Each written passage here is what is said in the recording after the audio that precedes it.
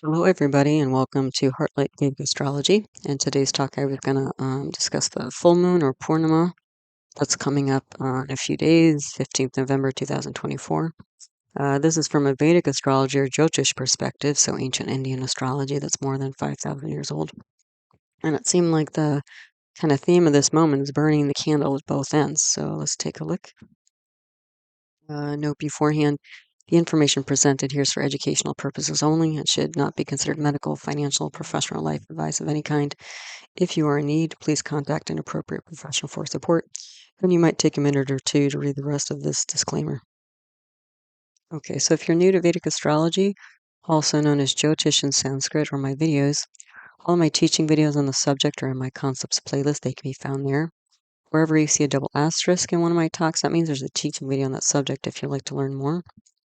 Also, my channel is all about playlists. I'm good about organizing my videos into different playlists so that different topic areas are kind of easy to find, all the videos on one topic. So, for example, I have a planets grahas playlist, a houses bhavas playlist, a yoga's planetary combination playlist, and others like that. Also, if you like to learn astrology by looking at famous birth charts, I have a video titled Birth Chart Archive List 2024 where I list all the different famous birth charts I've analyzed on the channel. So this is like famous people, famous places, famous moments in time, and the videos you can find them in, so that those are easy to find as well. So this is an interpretation talk. I incorporate a lot of different concepts. And so, especially if you're new, some of these other videos I've listed here can be helpful so that you get more out of this talk. So North, South, and East Indian style charts. I do cover Western style charts in there as well. I think my last video I published was a Taurus or Vrishabha, constellation video. And then I have a symbolism on Venus or Shukra, because Venus rules Taurus, and we're going to be talking about a Taurus rising chart here. Introduction to navigating a birth chart. The Lugna, also known as the ascendant, rising sign, or first house. Introduction to the constellations or rashis, constellation or rashi categories. Planetary aspects, natural benefic and malefic planets or grahas, bala or directional strength, chidra grahas or planets of vulnerability, planetary exaltation or debilitation, uccha, nicca, grahas, planets in their own sign or star, planet retrogression or vakri, nakshatras or lunar mansions, parivartana yoga or exchange of houses, saraswati yoga, the artist combination, sandhi or gandanta, planets or planets on the edge, karako, bhava, planet breaking house, solar yogas, Veshi, Vashi, Ubayachari, and lunar yogas, Sunafa, Nafa, Duradhara, and Kimadruma. Okay, so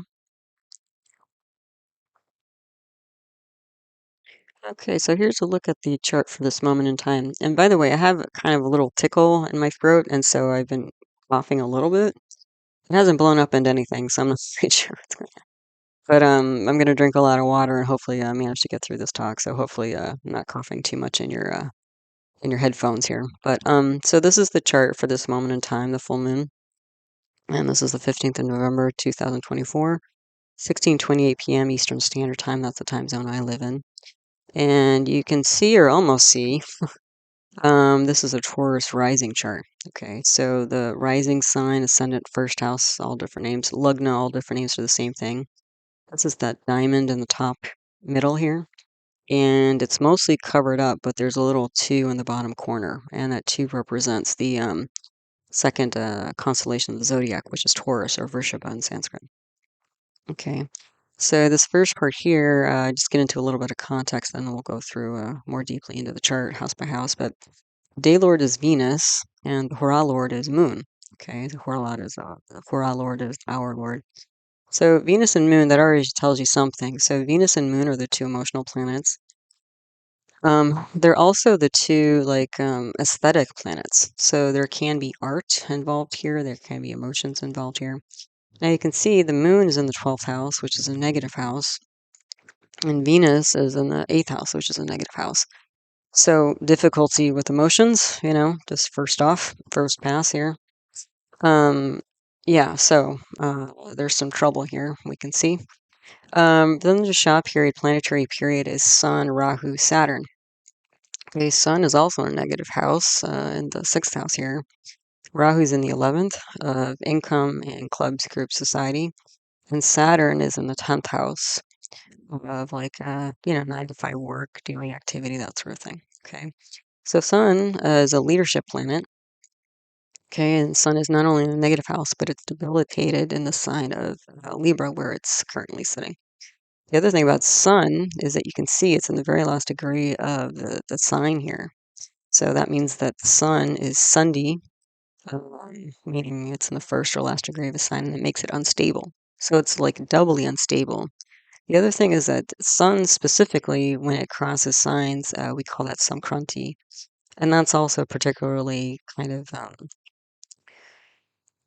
unstable time because the thing is, it's like everything revolves around the sun. So even in Jyotish, I mean, things gain or lose power based on how much light or their relationship with the sun typically. So when the sun's unstable, it throws everything off really. Okay. So we've got leadership here, and then Rahu is ambition. Okay. And again, it's in the 11th house of clubs, group, society, and income as well. And then Saturn here is in the 10th house, which is an artisthana or a house of material gains, right? And also Saturn represents like structure. And it happens to be in Aquarius, which is a fixed air sign. So any kind of fixed sign, and Taurus is also a fixed sign, but it's a fixed earth sign. But Aquarius is a fixed air sign. This is like again fixed ideas. So especially since we have Saturn in its own sign here, this is going to make a very strong 10th house. And if you saw my Taurus Vrishabha video, I mean, Taurians are known to be strong. I mean, that's the symbol of them is like a bull.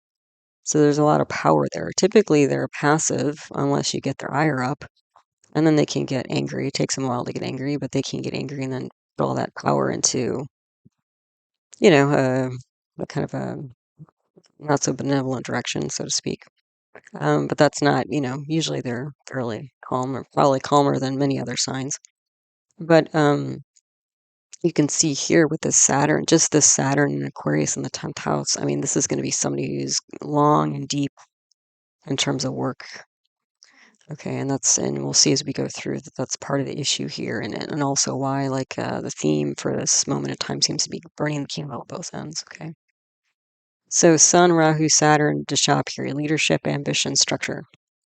Okay, then that's going to shift to Sun, Rahu, Mercury on January 4th, 2025. So we still had the leadership and ambition, but Mercury now, this is about communication. Okay, and we have Mercury here in the 7th house aspecting the 1st house here. Mercury represents communication. It does present education as well. It does indicate news as well, and especially because you have Mercury and Jupiter mutually aspecting each other. Both of those planets represent education, but also communication. So again, it looks like there's some communication going on here. Okay, so leadership, ambition, communication. Now the Lagna nakshatra, again, Lagna is the rising sign. Here it's a Taurus. Nakshatra is a lunar mansion. So there are 27 lunar mansions. And every night the moon passes through another lunar mansion. They all have different energies. So after 27 nights, the moon goes through the whole zodiac when it goes through all these lunar mansions. So the lunar mansion here in this chart is Krittika.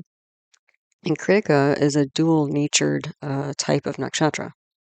So on the one hand, one of the deity associated with this nakshatra is Kartikeya, who's the commander-in-chief of the celestial army, victorious and valorous, and I think wears gold armor and all this sort of thing.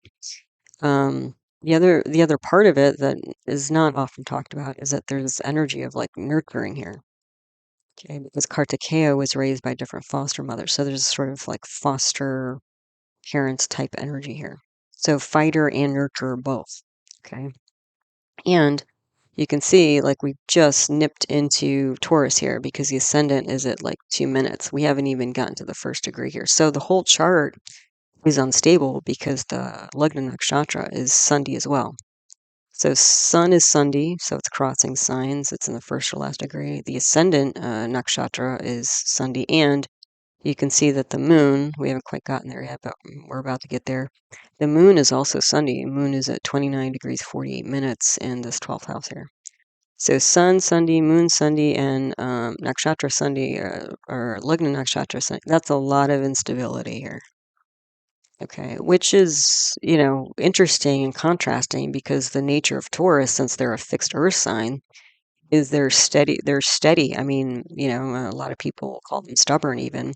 They can just go and go and go and they don't change course.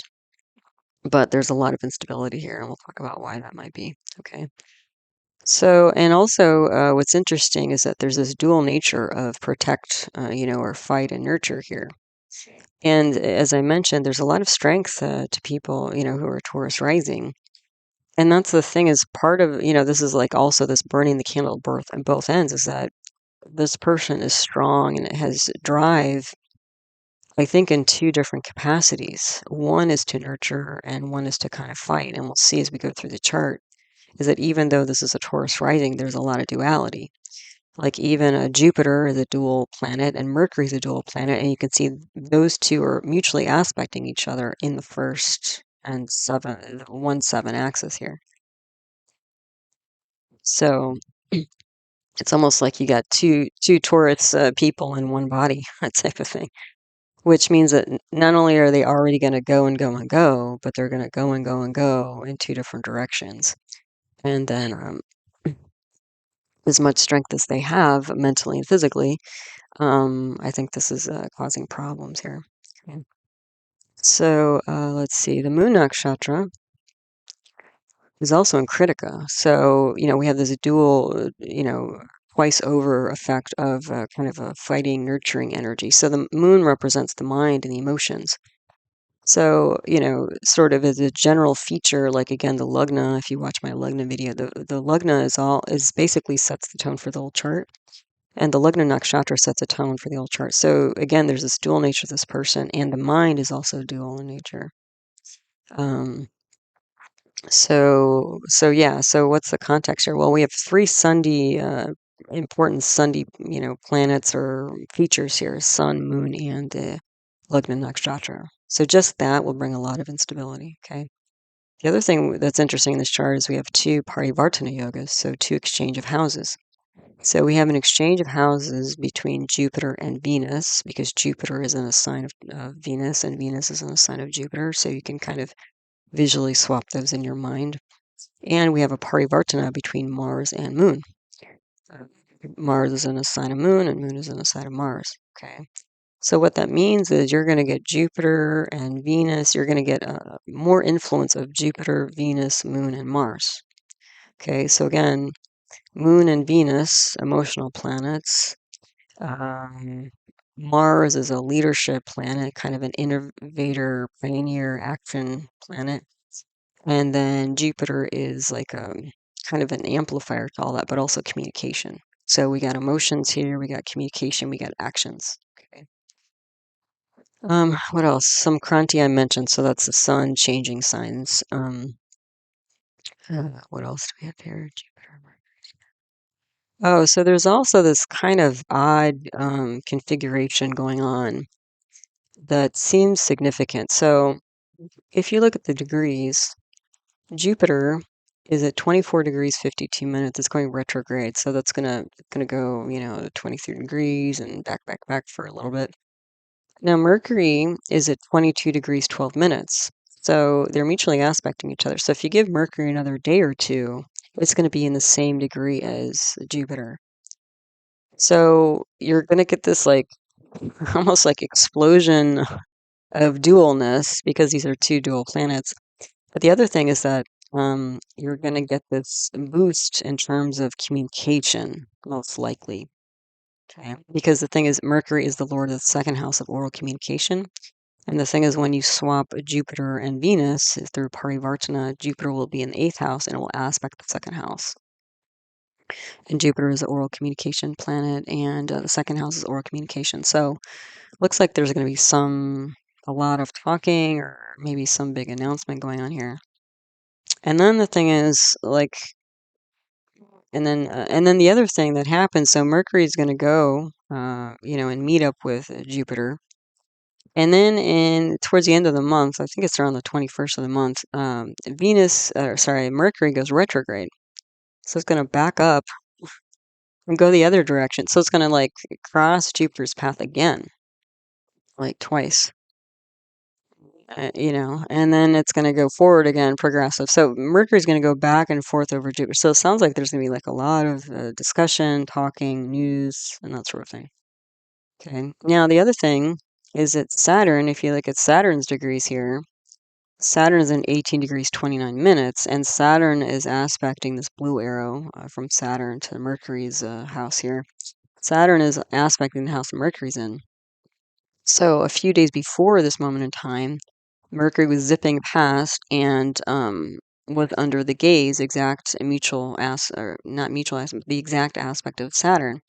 Saturn again is a planet representing obstacles, delays, anxiety, doubt, depression, and Saturn happens to be in a nakshatra called Shatabhisha, which translates as 100 healers. So Saturn is very strong, being in its own sign of Aquarius, but there's difficulties here. And again, this is a fixed air sign that it's in Aquarius. So this is again like a breaking down of old stuck paradigms.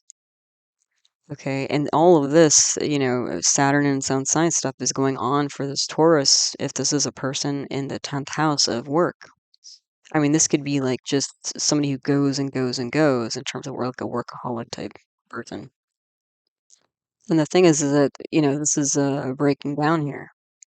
There's a paradigm shift going on in terms of the way that this person works. It looks like they work way too much.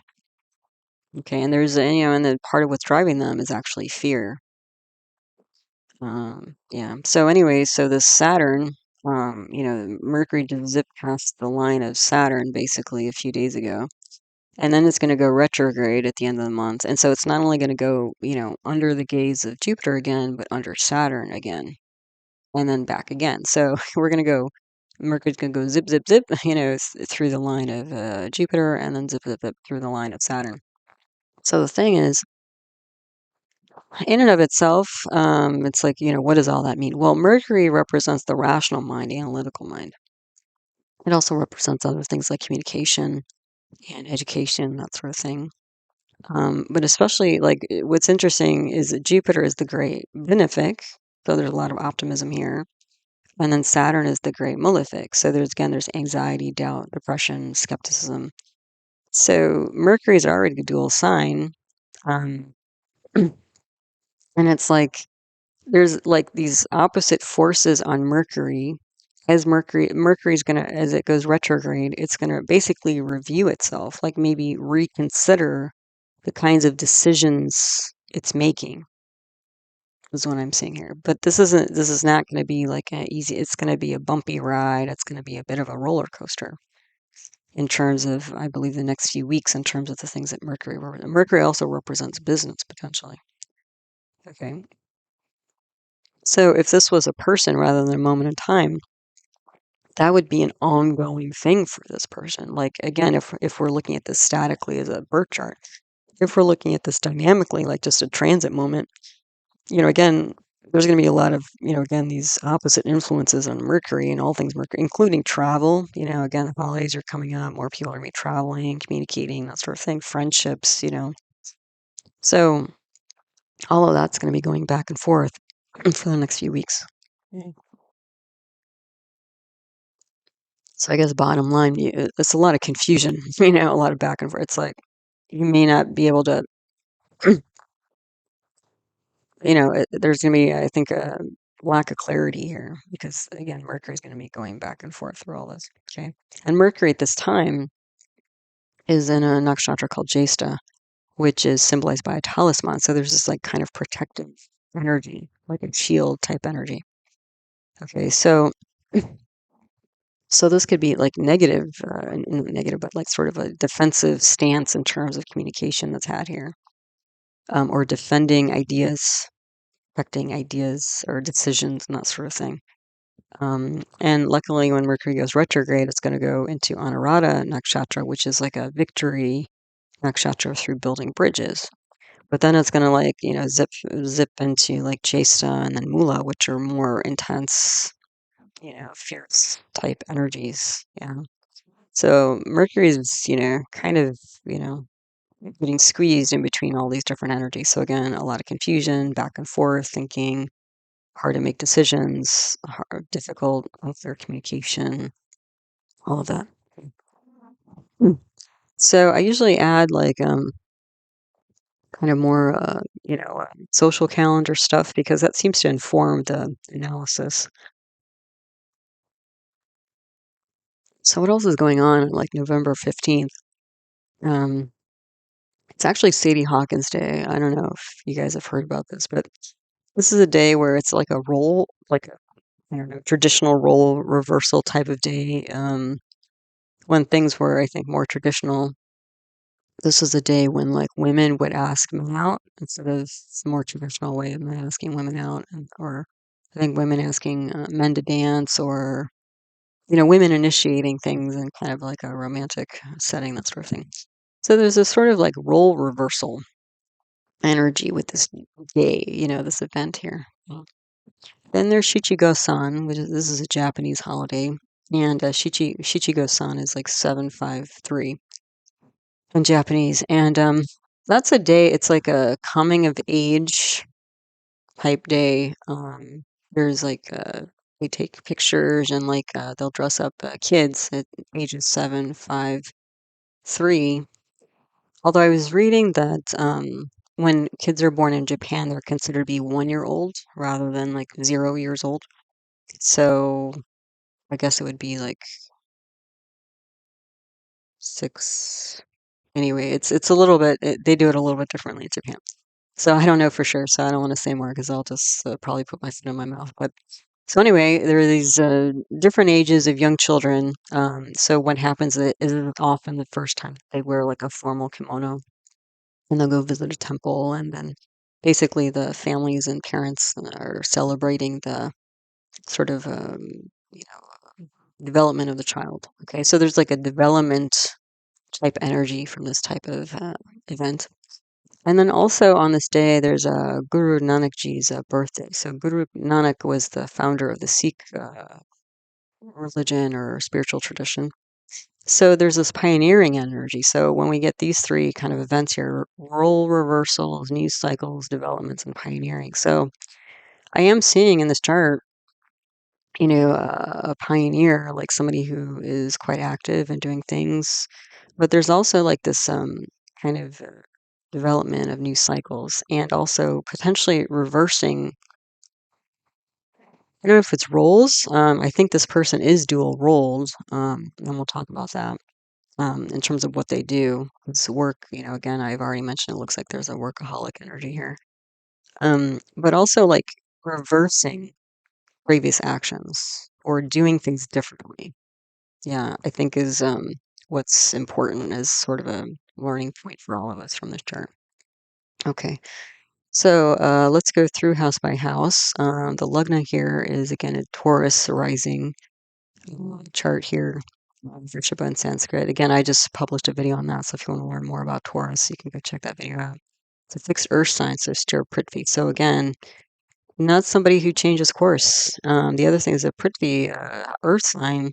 They tend to be very like pragmatic, practical, like focused on the material world, mundane world, material gains. And we have again Jupiter in the Lugna here. It's retrograde. That line under Jupiter, it means it's retrograde. So it's going to give it strength. The other thing is Jupiter in the first house has Digbal or directional strength. So we have a double, strength Jupiter here. Okay, Jupiter is like the great benefic. Okay, like sometimes I talk about it like it's Santa Claus. There's a lot of truth in that actually. I think like Jupiter is like all about generosity and um, compassion and fairness and truth and generosity.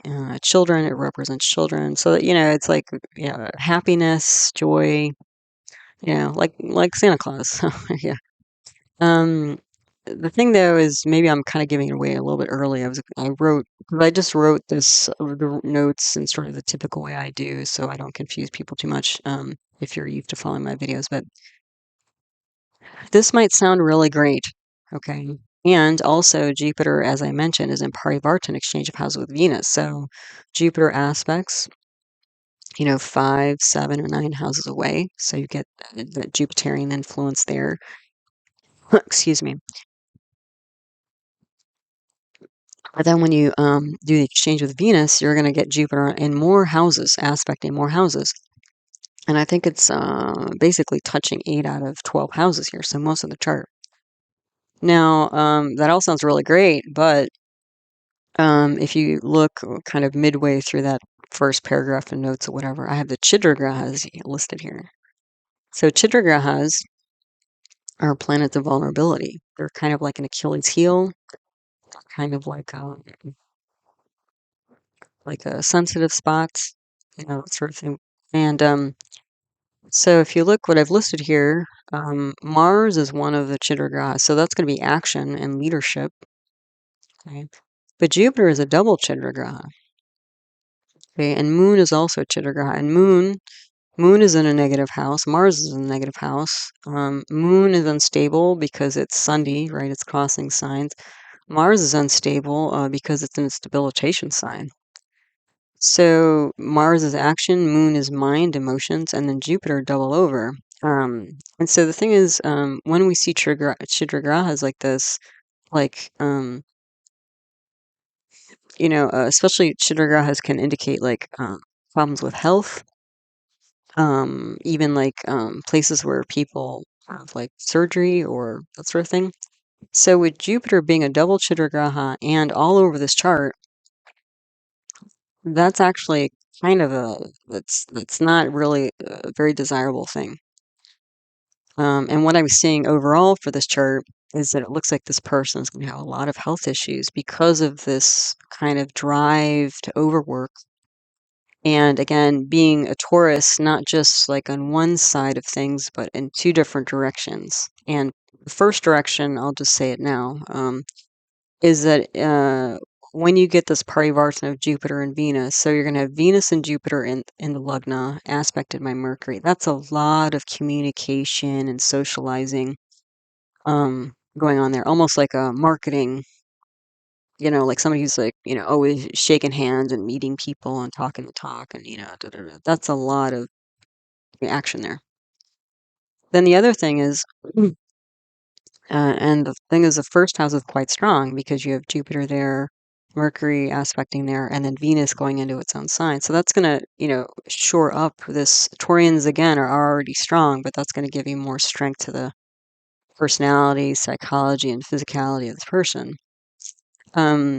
But the other house that's very strong is actually the 12th house of losses and expenditures, and Moon is there. So just by having the Moon in the 12th house, this is somebody who's going to have a lot of losses through the mind, the imagination, uh, emotions, maybe mother as well, because Moon represents mother. Mars is, aspecting, not aspecting, but it's in Parivartana with Moon. So Mars will be in its own sign, so that's going to be a Swa Mars, a strong Mars. You do also have the Sun, even though Sun's debilitated in the 6th house, it's aspect in the 12th house where it's exalted. So the 12th house has Moon, a Sandhi Moon with an Swa Mars and an exalted Sun. And then you have Saturn coming from the 10th house aspect in the 12th house. And Saturn's debilitated in Aries here, the 12th house.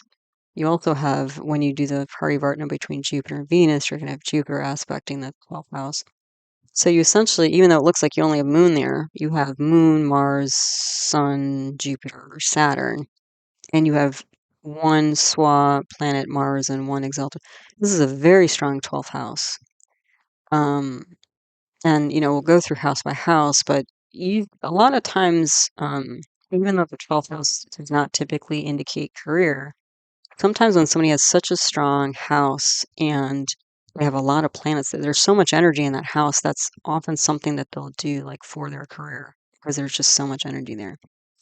So because of the house of loss, This would be somebody who, even though they, excuse me, talk a lot, meet and greet a lot, with this Jupiter, Venus, Mercury combination in the first house, their work is like all of this loss and expenditure here. And with Mars and Sun, being so strong here, this is like leading this. And with Saturn being debilitated here, this is like, like sort of leading people, leading the public, leading projects through a lot of loss and uncertainty. And so what I was saying here is that this could very easily be somebody who, especially when you have Jupiter and Mars together, that can be law as well. This could easily be somebody who's involved in something like insurance, like, talking to people about, oh, you want to protect your loved ones and your house and your bank account and da da da da da. And, there's that kind of nice talk in the beginning, friendly, sort of supportive, nurturing, fostering energy, right? Krittika, remember, energy here. So we're presenting things as a very, supportive, protective type energy. But then, like, what's really going on here is that essentially, they're sort of profiting. It could be like insurance sales. It could also be like a lawyer, like especially I was thinking of like a probate lawyer, like somebody who, like lawyers who help, who work with people who've lost a loved one and they're going like through their will and the estate and stuff like that, which is like a devastating time. So it's like somebody who's something like that, like an insurance salesperson or like a, um, probate lawyer could be as well. Basically, working through all this chaos and loss and like profiting from it, essentially. The lawyer, a probate lawyer, more so than like an insurance salesman, because insurance salespeople, like, they want to sell you policies and they don't want anything bad to happen. Right? Because if, like, like the floods that just happened in Florida and stuff like that, like, the insurance companies have to like pay out. But that's the thing, is they always work off their statistics, right? So they don't typically give policies that they can't back up. So, usually they don't run into loss. But anyway, that's what's kind of going on here. So that's where I think the duality comes in, is that, again, if you just look at this Jupiter, Venus, Mercury in the Lugna, it's like, wow, this is such a like great, nice, generous, compassionate, diplomatic person. And I think that's true. Like, I think that's on the sales side, because the other thing is Jupiter is in Mrigashirsha nakshatra. Mrigashirsha is like a seeking, searching type of energy, and it's symbolized by a deer's head. So there's this kind of like, deer walking through the forest type energy. So kind of going through unknown territory. But Mrigashirsha is often associated with like sales and marketing. So again, there's like this sales and marketing bit. Again, when you look at like the 12th house, or even if you look at the 7th house here, the 7th house is kind of similar. Like, you have Mercury there, Jupiter and Venus will aspect. And then you have, what else do you have? You have Saturn aspecting here. And you also have, I need to put the, I need to put one more arrow in. Yeah, so there's also like Mars aspecting its own sign. So actually the 7th house of independent business is really quite strong. And you get, again, this similar energy of like this massive Saturn, which is delays, obstacles, destruction. It's the juxtaposition between this Venus, Jupiter, Mercury, and the Lugna, first house, of like, this is somebody who would present as like very shiny and polished, well spoken, especially because you have Venus and Jupiter aspect in the 2nd house of oral communication. I mean, this is like almost like a sweet talker type energy. But if you look at what's going on in the 7th house and the 12th house, the nature of their business, and even this like Saturn in Aquarius, the nature of their business, their work, is to, go through a lot of like, it has a lot to do with like chaos and sorting through chaotic situations, like as a probate lawyer or as a like an insurance person potentially. So that's also like kind of the dual nature here. It's like there's this kind of probably quite good marketing type person presenting things as like, oh, this would help protect your families. But then, like, how are they, actually, even if nothing happens, like even if the flood or the hurricane never happens, they're kind of banking on people's fear of the worst happening. You know what I mean? Like it's kind of a dual thing. Yeah. Anywho, so sorry, the energy of the chart kind of took me on that tangent. It's not a tangent, but kind of took me out of order here. So let's see. Okay, so we talked about this massive Jupiter Mrigashirsha in the top of the chart, Lugna. And again, through Parivartana, we're also going to have a Swa Venus. And Venus is Clinton and Moolah. So this also is like kind of why I was going to like insurance or like probate lawyer or something like that. Because Venus represents loved ones, and Moolah is a nakshatra symbolized by roots tied together. But there's a very destructive energy associated with Moolah. Like the deity Nriti is associated with it, and Nriti is a form of the goddess Kali, who's the goddess of death and destruction. So pretty intense. And so when we have Venus in Moolah in the eighth house of death, destruction, chronic disease, and we have Jupiter there. Okay, now again, Jupiter owns the house, and Jupiter's a double chidra graha. And Jupiter is in the house because of the Parivartana. So this is a lot of like pain and sensitivity in this eighth house matters regarding eighth house matters. So things like inheritance. So again, probate lawyer potentially. Um, illness, like health insurance, home insurance, that sort of thing. Um, yeah, you can see how this starts to add up. Okay, and then again, this Venus and Moolah and the Lugna here with Mrigashirsha and Jesta. So again, the Jesta is a protective energy from Mercury, so talk about protection. Jupiter is talk about like seeking, searching, like again, marketing, looking for clients essentially. And Venus is like, death of loved ones. So it's like protective marketing talk of death of loved ones. And Venus can also represent like assets, loss of assets. So again, insurance, that's what I was kind of getting at. Okay. So we put this all together, seeking justice, truth, there's strength here, communication, education, news, compassion, diplomacy, protective.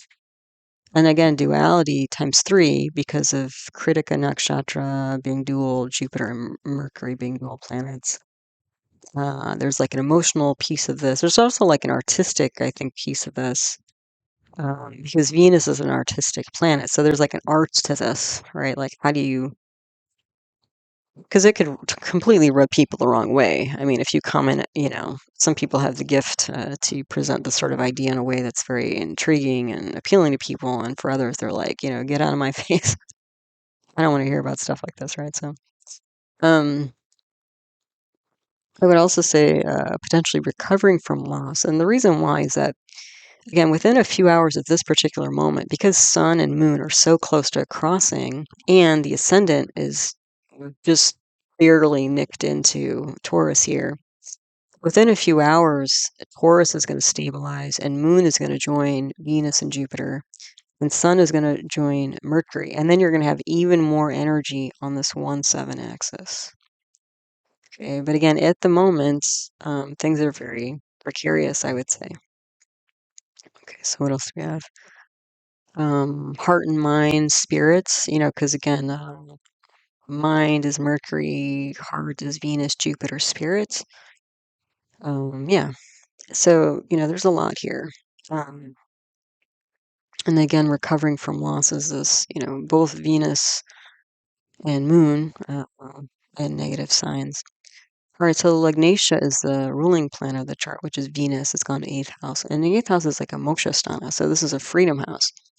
So again, this person is particularly interested in freedom and potentially financial freedom, I would say, because the eighth house is not only deep psychology, but it's other people's money. So this could be, you know, again, the marketing piece and the this Rahu and the 11th house of income and club scoop society. This is somebody who's always sort of roving, potentially for new clients. Rahu's like an ambition energy, and also Rahu's a bit hidden. So that's the thing is like this person might go around, sort of seeking clients or whatever, but you wouldn't necessarily know that. You're just like, oh, there's this new person I met like at a local baseball game or something, and like from what I'm seeing here is business is always on this person's mind. Okay. So, and yeah, so the thing is this Venus there is conjoined by Jupiter through Parivartan. So that's going to make this eighth house strong in some ways. So this is somebody who's going to be very interested in like alternative mindsets, esoteric and stuff like that, because that's also something that the eighth house represents.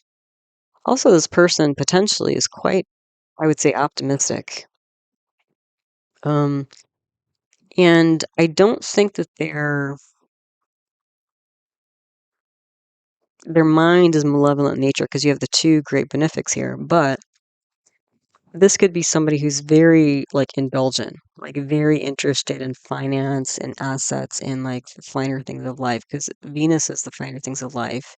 Jupiter and Venus are both like finance type planets, and Taurus people in general are interested in like wealth building typically and finance. And then Jupiter and Venus are both going to aspect the second house of assets. So the other thing is that Jupiter is the lord of the 11th house of income. And also, let me just double check. Jupiter is both the yogi and duplicate yogi.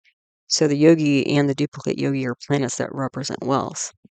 So this is somebody who's like, from what I can tell, obsessed with, building wealth. And that's, we're seeing that over and over again in different capacities. Yeah. So they will, I think, be deeply compassionate. They also, I think, be a pretty good counselor because Jupiter and Venus are the two counselors. Venus is a worldly counselor, and Jupiter is a kind of spiritual counselor. And you can see Jupiter and Venus together in the eighth house of deep psychology, the lugna, general personality, and the second house of oral communication. Um, so, yeah, I think somebody who's very well spoken and I think optimistic. I think you'd have to be, it's like, especially when you're selling something that's potentially fairly grim, when you dig into it. You have to, especially in sales, like you have to be willing to, get rejected quite a bit, have the phone cut off on you or doors slammed in your face or whatever. Things that happen a lot. But there's like a deep compassion, a good counseling, alternative mindset, natural advisor, optimism here. So I think that this person, again, if this is a person, relies on that heavily. That's a natural thing that they do, are the way that they are. And that draws people in. Then again, the actual business that they're in is like quite stark.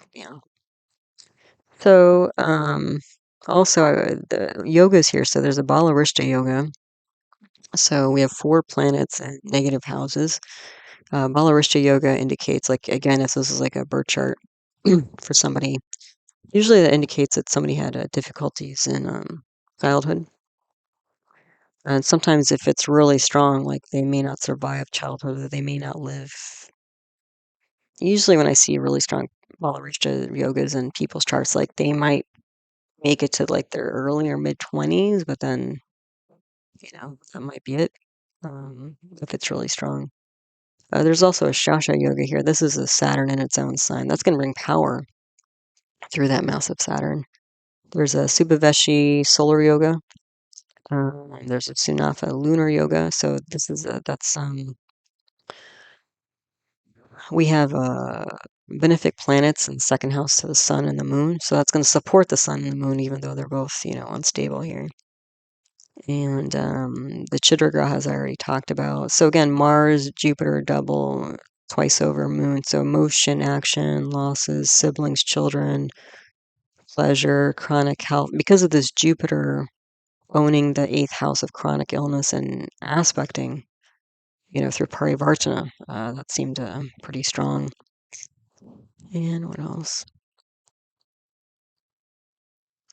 Oh, the other thing is like Jupiter owns the 11th house of income, clubs, and group societies, and so this like kind of roving energy with Rahu in the 11th house. This could be like problems with like friendships and socializing and that sort of thing, because again, this sort of person is always sort of going to have an agenda, even though you may not realize it because they're such a smooth talker, essentially. Because they're always like looking for new clients. What else here? So yogi, duplicate yogi. Yeah, I mentioned is Jupiter. The Aviyogi's sun, and sun again is debilitated and it's sandhi, and then you have a debilitated Mars aspecting it. So sun is kind of beat up right now, frankly, in this position. And again, this the Aviyogi indicates lack of wealth, so there could be like acute finance problems going on here, and that might be part of why like this person is focused on gaining new clients. And what else? So yeah, I mentioned within a few hours, Moon and Sun are going to shift. So that's going to bring more emotion and strength because Moon is exalted in Taurus, so it's going to bring more strength and emotional capacity here. And the Sun is leadership energy.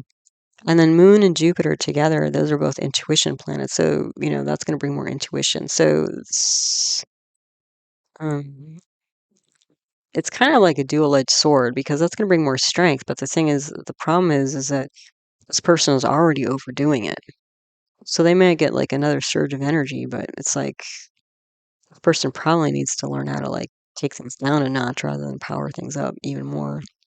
But again, this Saturn in Aquarius, like, Saturn is a fear-based planet. It's Saturn has a lot of vata in Ayurveda, which is traditional Indian medicine, indicates like a wind energy, and people who have a lot of vata typically have a lot of fear uh, and anxiety.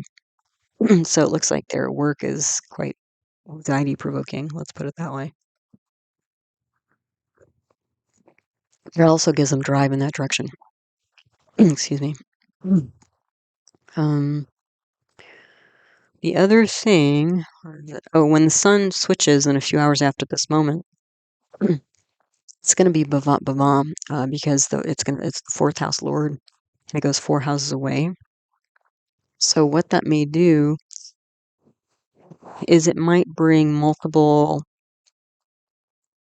kind of issues related to property, because that's the other thing I was seeing here. Saturn is a planet representing property. It's a bhumi karaka. Bhumi means like a property, and karaka means symbol for property, and Mars as well. So you have Saturn in its own sign in the 10th house. You have Saturn aspecting the 12th house that I said was super strong. You have Saturn aspecting the 7th house here of independent business. And the other thing is Mars is aspecting the 7th house of business and is aspecting the 12th house. So this could be somebody who also benefits, like if it's not like insurance person or probate lawyer, this could also be somebody who like kind of swoops in when people are having problems paying their mortgage on their house or something, and or houses that are dilapidated, which usually is a financial reason. And they buy them on the cheap, and then they, flip them. They build them up and flip them and make a big profit. That could be this kind of person as well, because with Mars in its own house in the 12th, with Saturn being its own house, these are very strong planets for property. So there could be like real estate, involved here. And so with Sun being bhavam, the 4th lord going 4 has, this could be like one property after another, like a churning of property. So whether it's like estate property or whether it's like houses or something, that could be like what's going on here. Um, The other thing is that this could also be not just tangible assets like houses and furniture or whatever that's part of somebody's estate. This could be very much be like intellectual property. Because especially when we're talking about like Jupiter and Mercury and Venus on the 1-7 axis, that's like a lot of, it's not exactly a Saraswati yoga, which is a creativity combination, but, um, Jupiter and Mercury, again, education and communication. And then Moon aspecting into the third house of written communication or nonverbal communication, I guess is a better way to say it. The Moon represents imagination. And the other thing, we have K2 here in the fifth house. So the third house represents like classical arts. So with Moon there, this could be like some sort of imaginative project or action. And then the fifth house represents like kind of a stage. And we have K2 there. K2 is the south node of the Moon, and K2 can represent like something unique or unusual, like technology even. And Jupiter is there, so this could be like publication or speech, like maybe podcasting or something like that. So whatever this person does, this could also be not just like a probate lawyer, but maybe like an intellectual property lawyer or somebody who's into that kind of stuff. You know, um, so yeah, so it's not just like tangible things that are being protected here, but like protection of ideas is what I was saying potentially. Intellectual property. So what else? Also kind of interesting. Oh, okay. So the second lord is Mercury and the 11th lord is Jupiter. So the Jupiter Mercury. So again, the second house represents assets and the 11th house represents income. And when we have the second, 11th lords mutually aspecting each other, that's a Dana yoga. So that's a combination for money. So you can see like there's a lot of drid karma or fixed karma, strong karma in a certain direction of like wealth and wealth building here in this chart. This could also be like an older sibling, because Mercury is in Jesta. Jesta, another kind of interpretation of Jesta is like an elder. So it could be that with this Mercury and Jesta aspect in the first house, this could be like an older sibling.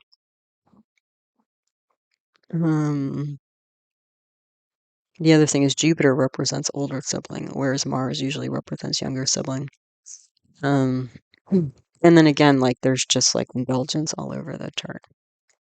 Okay, so let's take a look at the other houses now. Start to go through kind of a little bit all over the place today, but hopefully it's making sense and that the details are coming together in terms of the story here. So in the second house lord is Mercury. It's aspected by Venus and Jupiter through Parivartana. So again, sweet talker, probably very good looking, frankly. A lot of salespeople tend to be. I think there's like statistics on that of like, the better looking you are, the better dressed you are, often that helps with different kinds of sales, especially when you want people to pony up quite a bit of money.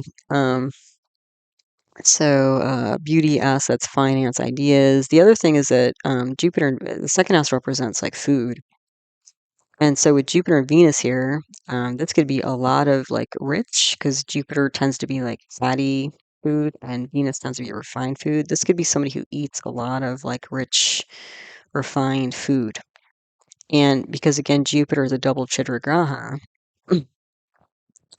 this could be like, health issues because of this type of diet. Then the third house lord is Moon, the full moon, but it's sandhi, again, unstable moon in the 12th house. And it's in Parivartana with Mars. And what else do we have here? And then Mars is debilitated in Cancer, so it's not stable either. It's also a karako bhava nashaya Mars. So Mars represents siblings, and it's in the third house representing siblings. So that sounds like a good idea, but it's almost like too much energy. So this could be like issues with siblings, which, we'll see quite a bit of actually.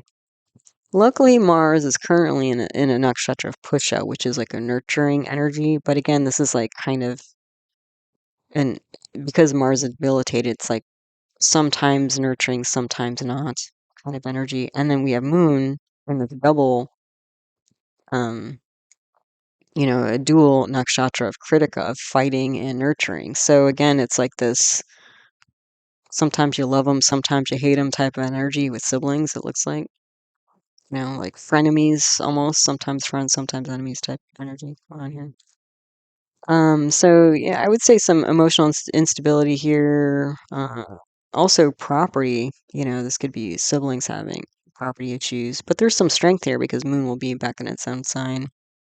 And I could also see somebody being like quite angry or aggressive because that means Mars and Moon are together, and Mars is a Pitta planet, a fiery planet.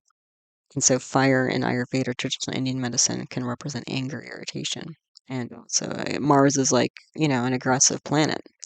Like it can symbolize like war and military and fighting and stuff like that. So that's going on both for the sibling as well as the native. Then what do we have? The fourth house. Fourth house lord is a sandhi, debilitated Saturn or Sun in Vishaka. So this is also interesting. So again, it seems like you have these nice, sweet, sweet talking planets, Jupiter, Venus, Mercury here, but you can see like there's also this like, one planet's is in Pusha nurturing, the other planet's in a dual fighting, nurturing, and now Sun is in Vishaka. So Vishaka is a nakshatra. It's a victory nakshatra, but victory at any price, victory with a cost. So this is like, winning at all costs, and, with collateral damage of people or whatever else. And so Sun being Sundhi and debilitated with a debilitated Mars aspecting, and then both Mars and Sun's energy of Pitta and fire in the sixth house, this could be a lot of enemies here. And again, this could also be somebody who, because Venus is owns the sixth house, and it's the Lugnatia here, the ruling planet for the chart. This could be somebody who profits off of, things going wrong, which is what I was already saying. Yeah. The other thing that's unfortunate is that the seventh house can also indicate acute health issues, and Venus, the lord of this house, has gone to the eighth house of chronic issues. So it looks like whatever acute health issues there are becoming chronic over time. The other thing is Sun being so unstable, being Sundhi, Samkranti, and debilitated with the debilitated Mars on it. Sun represents general health. It also represents things like the brain, central nervous system, eyesight, spine, bones. So, and the sixth house specifically represents like digestion, like mid-level digestion. And the other thing is the sixth house represents like daily habits. So there's a lot of instability here regarding daily habits, especially looks like health habits, which again, Sun also represents career and purpose. So all of this drive with Mars and Sun are really upsetting the sixth house of like really balanced, supportive health habits here that are going to contribute to long-term health habits for this person. Yeah. Okay. So what else do we have? So,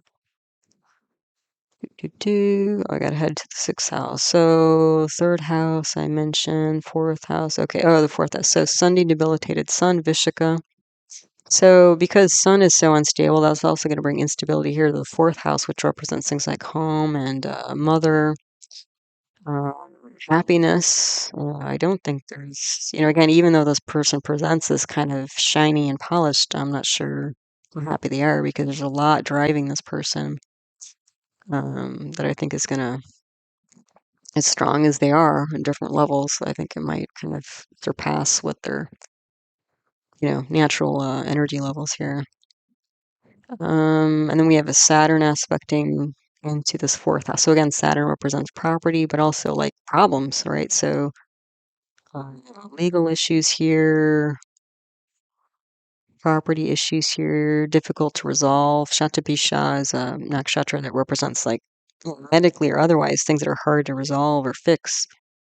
The fourth house also represents like education at the level of like college or master's degree. So it looks like this person is probably more of a worker than a student type. They might have interest if if they did get into education, and especially when we have this really strong Saturn aspecting the fourth house. This can be disruption with education. And there are other, when I go through the subcharts, you'll see that's true again. But you do have, and then the Lord of the fourth house being so compromised. Sorry. You have issues with education, but you do have Mars aspecting the ninth house of higher education, like PhD level, where it's exalted. So if this person got some sort of education, oh, and Jupiter is aspecting the ninth house as well. If this person did get more education, it would be along the lines of like real estate and or like an MBA, real estate or law. I would see here. Yeah, if they went that direction. But again, it seems like more of their energy, they're more interested in working than sitting at a desk or something. So, but they might go through that process just to do more of what they're doing, or at least get some different certificates, maybe not a full degree or something, but maybe different certificates so that they're better at their job, kind of thing. So the fifth house, fifth lord is a Mercury. Ketu's there in Uttara Falguni. So there's like this could be like technology, this could be like Uttara Falguni is symbolized by a hammock or a marital bed. So there's enjoyment here, but enjoyment with a purpose. And then there's Jupiter here aspecting as well. So again, this could be like, again, marketing, and maybe marketing like online, like podcasts or videos or ads and stuff like that. TV, radio, anything. And let's see. This could also be protecting or publishing unusual, unique physical ideas. This could be like a law regarding technology and publishing. So again, this is getting more to like the intellectual property side of this potentially. Yeah. If this person was like an intellectual property lawyer. All right, so let's see what else we got. Okay, so on this slide, I don't know, my voice is already acting up, so I might have to take breaks. So there might be kind of skips or something in the audio, but hopefully I can get through this whole thing. So let's look at the other houses here. So the sixth house, well, I've already talked about the sixth house. Sixth house Lord of Venus has gone to the eighth house, so this is acute issues becoming chronic. Oh, yeah. And then, yeah, problems with authority, problems with enemies. Yeah, there's a lot of contentious energy here in the sixth house of enemies, and also again a lot of instability in terms of daily habits, which are going to affect, I think, health over time. The seventh house Lord is a debilitated Mars, but it aspects its own. So that's going to help. But we also have Mercury here. We have Sun here, in a few hours. Jupiter aspecting, Venus aspecting, a debilitated Moon. Because Moon's debilitated in Scorpio, and Saturn. I mean, that's how many planets? 1, 2, 3, 4, 5, 6, 7. 7 out of 9. So basically every planet except Rahu and Ketu are affecting the seventh house of spouse or spouse-like partners, business partners, or independent business. Yeah. So, native attempting to bring some sort of, sage advice, because again, the two advising planets are there. Diplomacy to prolonged emotional, defensive, protective, aggressive stance. I mean, this is a lot of aggressive energy here, but trying to, like, again, sort through it, I would say. Yeah, but it's just Saturn there, Mars. Yeah, it's a lot. It's a lot to get work through all of this tangled web here in the seventh house.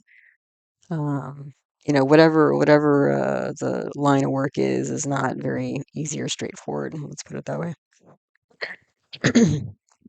Sorry. Then the eighth house, again, we have a Swa, Jupiter, because Jupiter aspects here through Parivartana. We have Venus, so the two advisor planets. So advising through difficult times, because again, Venus is in Mula. Advising through loss of loved ones, inheritance, probate, health issues, again, becoming chronic. The ninth house is ruled by Saturn.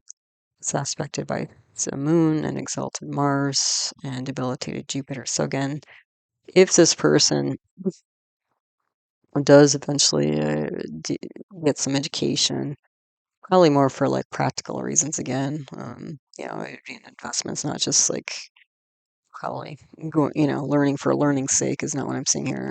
But like legal education, it could also be like organization leader, uh, MBA, real estate, for tangible imagination. So again, this is like intellectual property. Also, I would think that the father has health issues here because the Lord of Saturn and Saturn is shot to be very strong.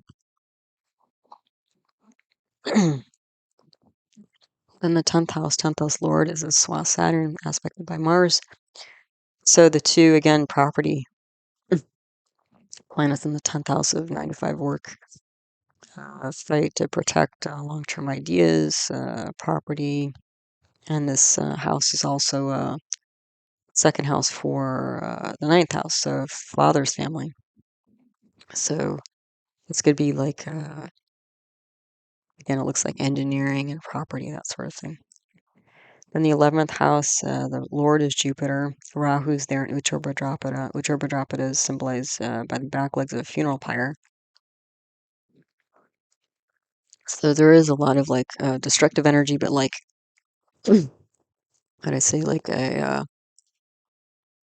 there's a detachment here, I would say. So again, that's why it's like when this person's like, roving through groups and clubs and stuff like that, but it's like with a detachment. I don't think it's like an emotional um, type of reason, just socializing to meet and connect with people or whatever. It's more like, looking for new clients. And I think that might get this person in trouble because they're such a smooth talker and they might come across as being very friendly. But I'm not sure that that's what they're out for is actual friendship. I think they're looking for clients potentially here. And that might, again, rub people the wrong way if I don't see that. So, yeah, dual emotions here, mixed emotions, unattached. Again, I just kept saying like soliciting business and ideas. And the 12th house, again, this 12th house is pretty massive. Mars aspecting its own, unstable moon, unstable but exalted sun, Jupiter, debilitated Saturn. So again, leading legal protection and property from losses overseas, insurance, sales, property law, probate, all the things I've mentioned. So again, I would say the first,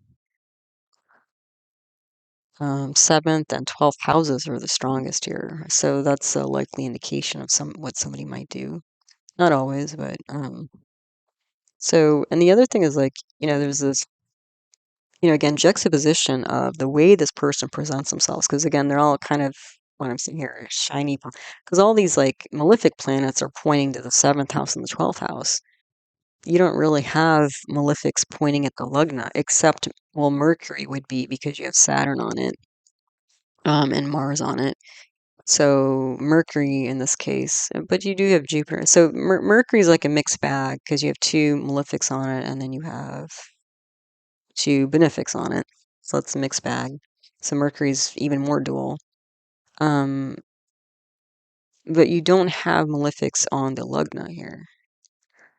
So again, the way that this person presents themselves is like shiny and buffed and polished or whatever, and compassion or whatever. But then, like, what they do is essentially what I would consider ambulance chasing. And, and that's a term, if you're not familiar with it, where I guess it's kind of older, where like lawyers and stuff would put advertisements in newspapers trying to solicit clients or let people know that they're out there to provide service or whatever. But it was kind of this, a little bit of a negative connotation. It doesn't have to be, but it's basically like a direct marketing type of,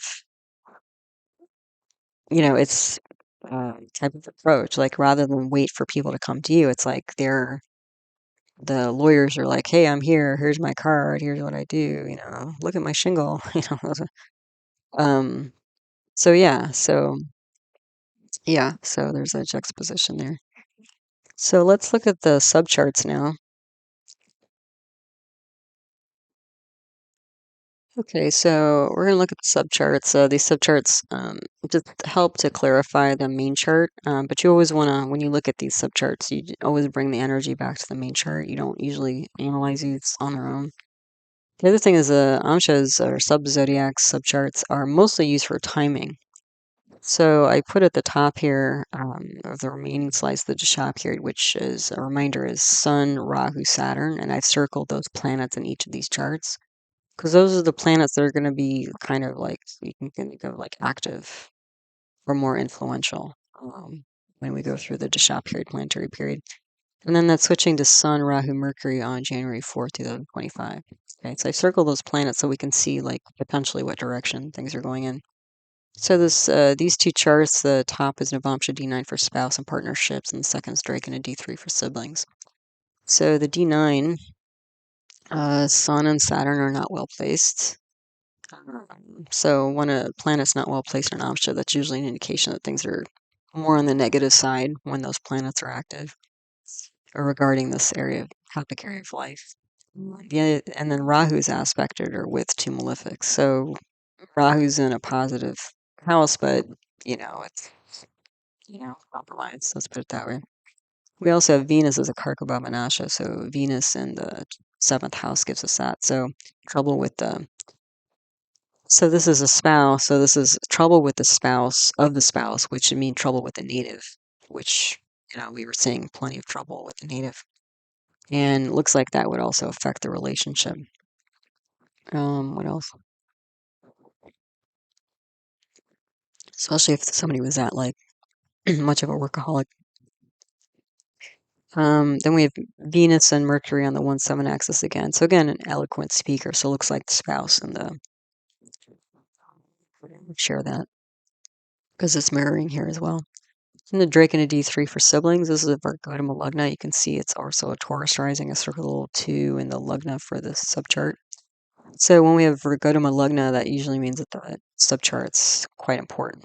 And as we saw, there was a lot of challenge to the third house of siblings. So we're seeing it here again. Mercury's not well placed. And that's with a debilitated soul enemy. So Mercury is pretty much toast. And we have again Mars as a karako, bhava, nashaya. So again, a lot of problems with siblings. So it goes both ways. Let's put it that way. Like the native has a problem with sibling has a problem with the native, essentially. So Saturn is with the soul enemy is Sun in the second house. So fighting with siblings and family. Rahu's in the 11th house. So again, it's similar to the energy of the natal chart. So it looks like the siblings kind of have a similar MO, frankly, like of seeking new groups and income. And then both of the soul enemy groups involve Mars and Saturn, which are the bhumikarka. So again, property. So there could, the person, like the natal chart person, the Taurus rising main chart person, I'm guessing not only does all this stuff professionally, but actually has had to do it in their own family. And there's that's what I'm seeing here, essentially. And other relationships. Well, the fifth house, which represents children, wasn't looking too hot. But let's see here. So we have the subtamsha D7 for children at the top, and the dwadashamsha D12 for parents and grandparents. And we saw challenges to all these. And the thing is, if you watch my Taurus video, ironically, Taurus people, even though they're ruled by Saturn or ruled by Venus, and Venus is a socializing planet, there's a lot of challenges in their relationships, typically, and even more so just with a Taurus rising. And then based on the chart we saw, there were indication of almost every social house having problems. So we're seeing that in the subcharts here, essentially. So let's see. Sun, Saturn, Mercury, not well placed. Okay, so not a great time with kids. The other thing is that you see in this chart, there's 1, 2, 3, 4, 5, 5 planets in negative houses. That's a balarishta yoga. So again, difficulty with children. Let's see. Mercury's with the soul enemy. Is the soul enemy there in the 12th house? Moon and Mercury represent mind and emotions. So like stress, insomnia. Maybe the kids are stressed out. Um, Mars and Jupiter and Parivartana, there's exchange there. So Mars and Jupiter, again, Jupiter's a chidra graha, double chidra graha, and Mars as well. And when you get Mars and Jupiter together, you get a lot of arguments because Mars is like the fighting planet and Jupiter's speech. So it's like fighting through speech and words. So it looks like there's a lot of arguments here. And we saw in the natal chart, there was that K2 um, in Uttara Falguni. So again, that could be like a kid who's kind of detached, doing their own thing, like teenage type energy. Um, yeah, but the Mars and Jupiter Parivartana also brings some strength to the first house, fifth, sixth, and ninth. So again, I would see this, and Rahu's at the top of the chart, so that's ambition for children. So it looks like the kids are like ambitious, but probably detached, like almost like a lawyer engineering type, which is not too different from the natal chart. So it's almost like an apple doesn't fall too far from the tree type energy here with kids. Then the Dwadashamsha D12, parents, grandparents. You can see we have another Virgotum Lugna, so we have another, indication of an important chart here. So again, family issues, relationship issues. Mercury's not well placed. It's an enemy sign, and through Parivartana. Wait. Jupiter, Moon. Wait. So through Parivartana.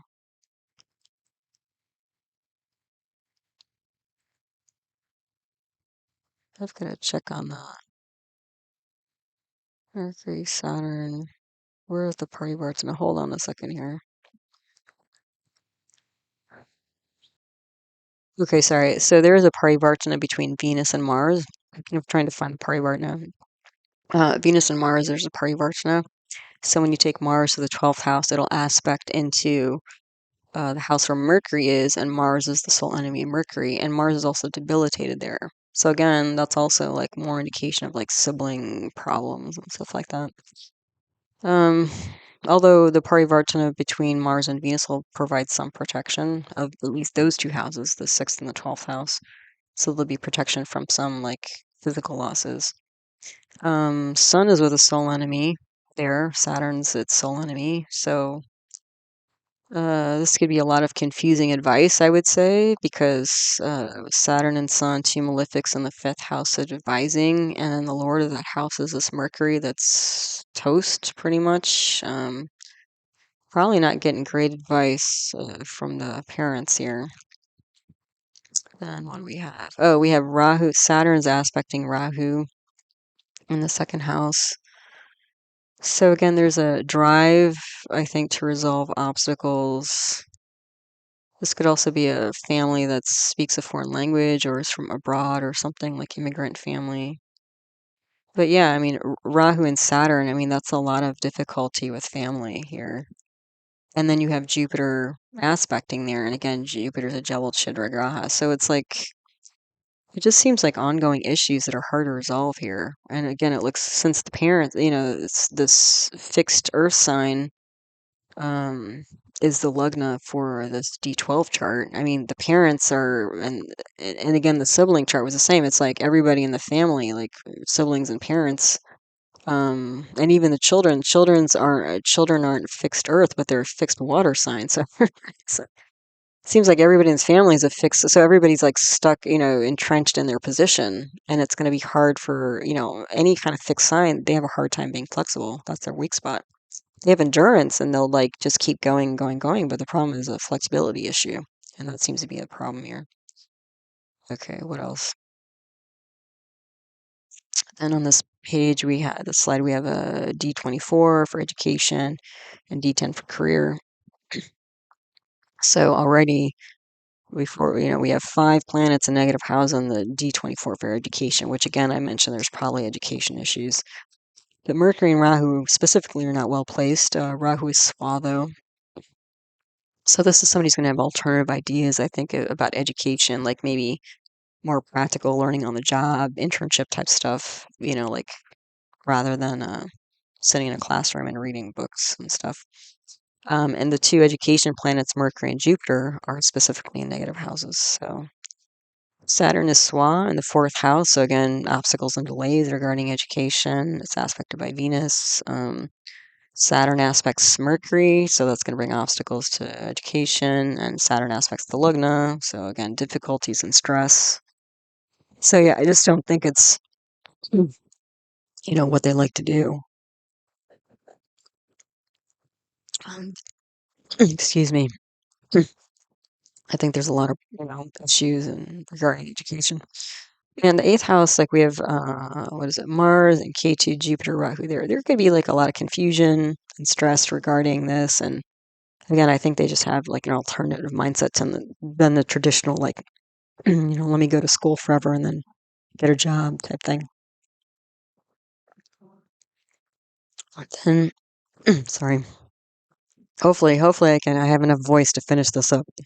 So the Dashamsha D10 career, Saturn is not well placed. What do we have? The second house, we have Mercury with Rahu, Swa. Okay, so the second house, again, assets, we have Mercury there with the Swa Rahu, and then Saturn aspecting there. So Saturn will be strong, Swa. Ambition talking about property and assets or loss of property and assets, which again fits with the natal chart, like I've been talking, like probate lawyer, intellectual property lawyer, insurance sales, that kind of stuff. I would say mental and emotional leadership here is important because, you have Moon in the Lugna and you have Sun and Mars, the two leadership planets aspecting here. So again, it's like, and that's what you do when like you're a probate lawyer or intellectual property lawyer or like a insurance salesman or whatever. It's like you have to present the idea as like, I'm helping you protect your ideas or protect your family or protect your assets or what house or whatever it is. So Saturn's aspecting the 10th house where it's exalted. So same sort of thing, property, career, similar to the main chart. Venus is not well placed, but it's exalted and it's aspected by its dispositor. Um, the other thing is Jupiter is, aspecting the Lugna where it's debilitated. So again, it's kind of more sort of like the main chart, like even though on the surface this person might present as like friendly and well spoken and all this sort of thing, like underneath all that, there's like a pretty aggressive drive, I would say. So, and that's again, this is all about career. So we're seeing more of it here, but it's probably a little bit more obvious in the D10 than it is in the major. Then here, more wealth subcharts here. So the D11, Rudamsha for income, and the Chatratamsha D4 for assets. So Sun is not well placed on the top chart, but there's in Parivartana with Mercury. So, and then Saturn's debilitated in the Lugna that it aspects, but it's exalted and has Digbala, directional strength in the seventh house. So again, like independent business, property, also income cycles, because we're talking about income in the D11 here. So again, if they're, it's commission based, for example, that would be mostly commission based. That would be like what do they say? It's kind of, I don't know, harsh, but like you eat what you kill. I think sometimes I've heard that in marketing circles and stuff. So, the fifth house here with Sun and Mercury here, this is like a business leader or leading ideas and stuff like that. There's a Saraswati yoga here, so there's some creativity, which you'd have to be fairly creative again to like different ways of meeting, greeting people, and approaching them, and the way you present your ideas or projects or whatever. There's also a Pravraja yoga, so life focus yoga in the 10th house. So again, you keep seeing like really strong energy in the 10th house. So again, main focus of life. With an exalted Mars and Venus there with Rahu Ketu. So unusual property financing. You don't just have Venus there, but Jupiter. So, this might be the like buying up, you know, properties that are having financial issues or need financial injection to, build them up to make them more valuable, profitable, or whatever. Then we have the chatra chamsha d4 for assets. We have another Virgo to Malagna. So again, not too surprising with the natal chart. This person's interested in building wealth and assets. Sun is not well placed, but it's aspected by Sasvas or moon. So it looks like there's a positive, this is going to be more of a positive change. Rahu again in the second house, material ambition. Saturn is Swa in the 10th house again. So the long game of property and probably finance as well because Jupiter's there. Then we have Mercury in the Lugna. So again, business, communication, ideas. It's all valuable, all different kinds of assets, tangible and intellectual.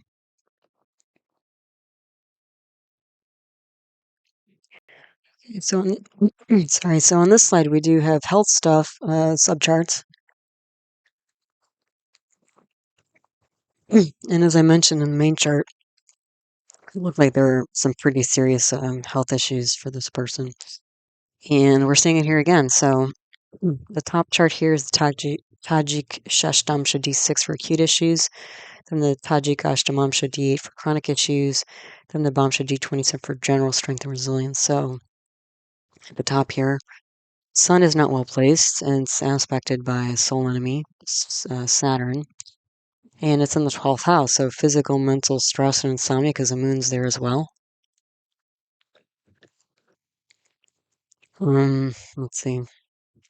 Rahu and Ketu are Swa, with a Swa Mars in the second house, so obsession over work with second house matters, so finance and assets.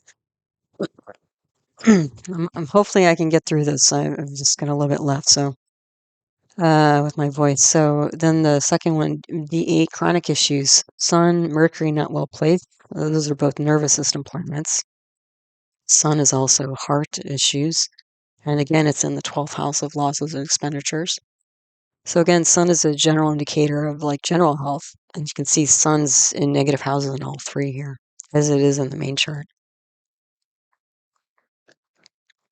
So that alone is not great for health. And then we have a Swa, Venus with an exalted Saturn, Rahu, Ketu, and 11th. So again, obsession with income, luxuries, enjoyments, because the 11th house is also a Kamasthana, house of enjoyment. And so again, this is kind of like lifestyle stuff. It's like lifestyle drive to have a certain lifestyle, and level of wealth is what's driving this person, and it's affecting their health. Mars is with a Swa, Jupiter, and Lugna. This is enthusiasm. So again, like Mars is action, Jupiter's like expansion and enthusiasm. So this is again overdoing. Also can be like stress, social connections and stuff like that. Then the Bamsha D27 for strength and resilience. So look, Sun, Saturn, Rahu, not well placed. So that's not great, not what we'd like to see. And Saturn is still in the 8th house. So again, Saturn represents stress, anxiety, depression, and the 8th house represents deep psychology. Sorry. And the Lugnatia is, what do we have here? Oh, the moon, and the moon is it's gone in the 12th house. So again, stress, mind, emotions, and we have two Karko-Bhavanashas, Mars and Venus, so stress with siblings and partners and relationships again.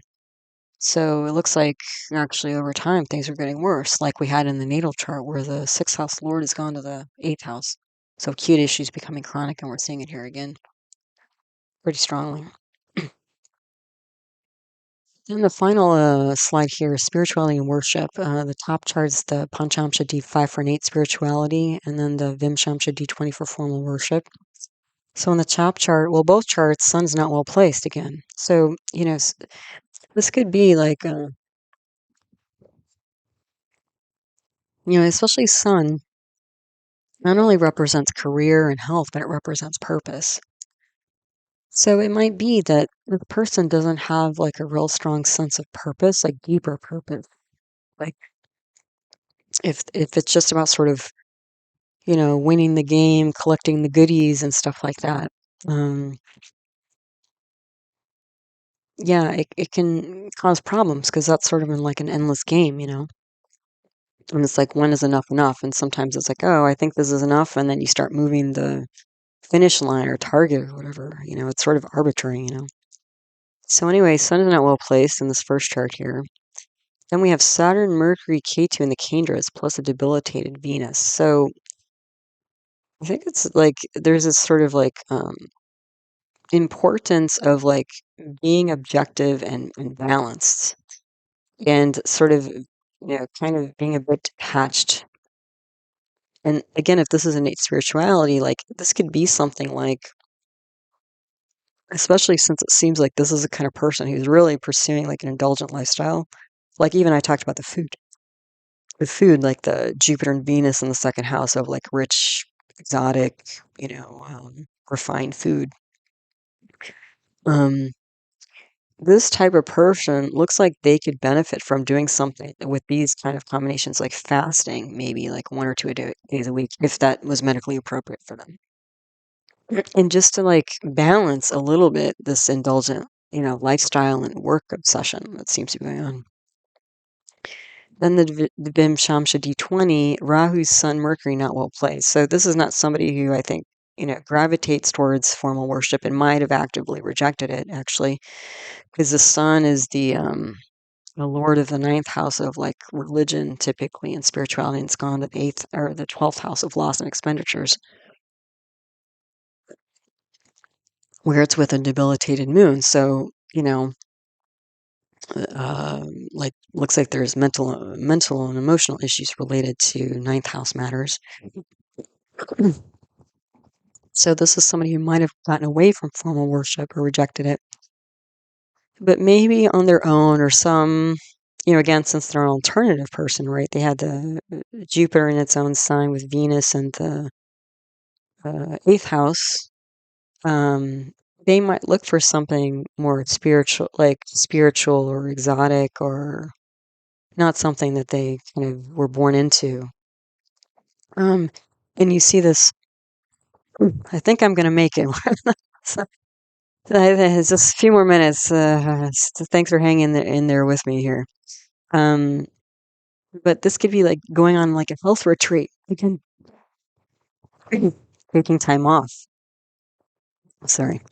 Um, and also like disconnecting from being so embedded in all this like socializing, but like business socializing. And then we have Rahu, Ketu, Mercury in the third house. This is like nonverbal communication. So this might be like not just like fasting from like food, and it doesn't have to be like a complete fast. Like maybe just do like a fruit and nut fast, or vegetable fast, or veggie fast or something.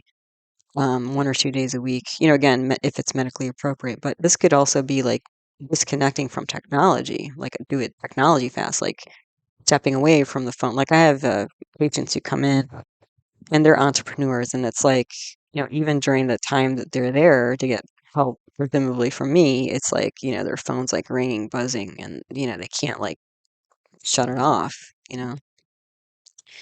And it's kind of funny because, like, even for myself as a healthcare practitioner, is like, there are times I need to turn off my phone just to protect myself and my own health, So it's just sort of funny, like how I mean, it's addictive, right? I mean, all this technology stuff these days. So, but even, taking, an afternoon or a few hours, maybe starting there and just, stepping away from it would help. And then the other thing is that, so we're running, so the dasha pattern. So right now we're running Sun, Rahu, Saturn, and it's going to switch to Sun, Rahu, Mercury. But then after Sun, Rahu comes Sun, Jupiter. And Jupiter is here in the fifth house of like mantra, tantra, yantra. So this could be like chanting mantras potentially. And it's going to be aspecting into its own sign in the lugna here. So maybe once this person gets into their Sun Jupiter period, then maybe they would find some link to some kind of formal worship, probably something, exotic, again, not something they were born into. It might come back to something more formal to help ground them because again, they're just burning themselves out, trying to do so much with the marketing. And because it looks like, again, they're doing both sides. They're doing the marketing piece, like drawing the clients in and setting that up. But then they're also like hands-on with the financing and technical piece, the technology pieces as well, that it would help them, I think, to have something formal, like more that other people are signing up or part of, so that they could just kind of show up and be here. Because it's like one less thing that they have to like organize or motivate themselves to do or pull themselves away from all this work to just take a break and find their center. And again, maybe more purpose, like deeper purpose than, again, collecting the goodies. Although it's important, building arta, building material wealth is important, but again, hopefully in the balanced context of one's life. All right, so yay. Hopefully it didn't sound too bad on the audio, but thanks for hanging there in with me, especially today, with the voice thing going on today. But as whether it's today or another day, thanks always for stopping by and listening to one of my talks. Again, all of my teaching videos on the subject of Vedic astrology are my concepts playlist. They can be found there. If you want more famous birth charts of people, places, moments, and time, check out my birth chart archive list 2024 video for a list of all the birth charts, famous birth charts I've analyzed on the channel. I do offer individual birth chart readings. You can email heartlightastro@yahoo.com for more info. I do those live on Zoom, on Skype, as recorded video. And then somebody was asking me about gift certificates for other people, and I do offer those as well. So if you want to gift somebody an astrology reading, that's a possibility.